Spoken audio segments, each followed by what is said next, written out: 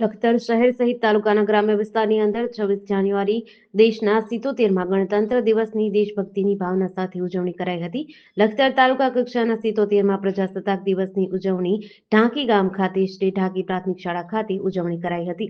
શાળાની બાળાઓ દ્વારા સુંદર સાંસ્કૃતિક કાર્યક્રમો રજૂ કરી કાર્યક્રમની શરૂઆત કરવામાં આવી હતી.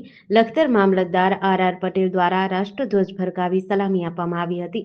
લખતર પીઆઈ વાયપી પટેલની આગેવાનીમાં લખતર પોલીસ દ્વારા પરેડનું આયોજન કરાયું હતું, જે કાર્યક્રમમાં તાલુકા વિકાસ અધિકારી, તાલુકા ન્યાય સમિતિ ચેરમેન મધુબેન મકવાણા, ઢાંકી સરપંચ પ્રભુભાઈ મકવાણા સહિત તાલુકા વહીવટીતંત્રના અધિકારીઓ અને કર્મચારીઓ ઉપસ્થિત રહ્યા હતા. જે કાર્યક્રમ દરમિયાન વિશિષ્ટ યોગદાન આપનાર અધિકારીઓ, કર્મચારીઓનું બહુમાન કરવામાં આવ્યું હતું.